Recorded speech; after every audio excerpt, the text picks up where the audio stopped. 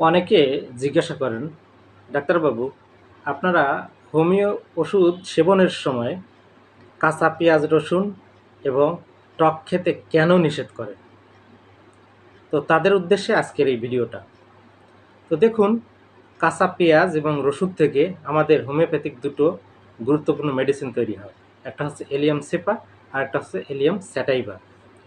তো in generally এই কাঁচা পেঁয়াজ এবং কাঁচা রসুন কিছু কিছু ক্ষেত্রে কিছু কিছু মেডিসিনকে হ্যাম্পার করে, কিছু কিছু মেডিসিনকে, নট ফর অল, এটা মাথায় রাখবেন।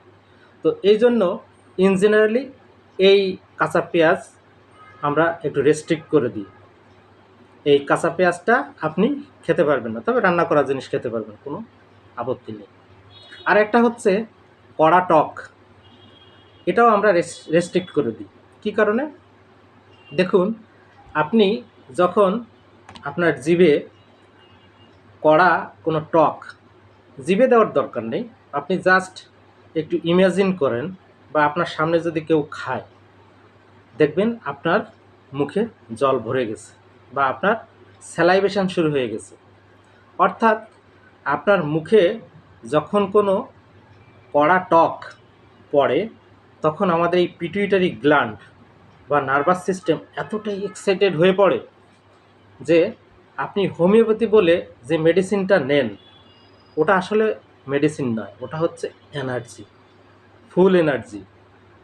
তো এই এনার্জি, দেখুন আজকালকার দিনে যে লেটেস্ট মাইক্রোস্কোপ, সেটাতেও কিন্তু 30 পটেন্সির উপরে যে হোমিওপ্যাথিক মেডিসিন আছে, এটা ভিতরে কোনো মলিকিউল খুঁজে পাওয়া যায় না।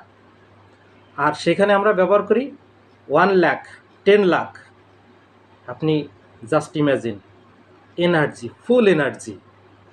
তো অনেক সময় এই কড়া টক ওর এই এনার্জিকে বের করে দিতে পারে বা আটকে দিতে পারে। এই জন্য আমরা বেশি টক জাতীয় জিনিস খেতে নিষেধ করি। তো আশা করি বিষয়টি বুঝেছেন। আর ভিডিওটি যদি ভালো লাগে অবশ্যই সবাইকে জানিয়ে দেবেন। সবাইকে শুভ সন্ধ্যা।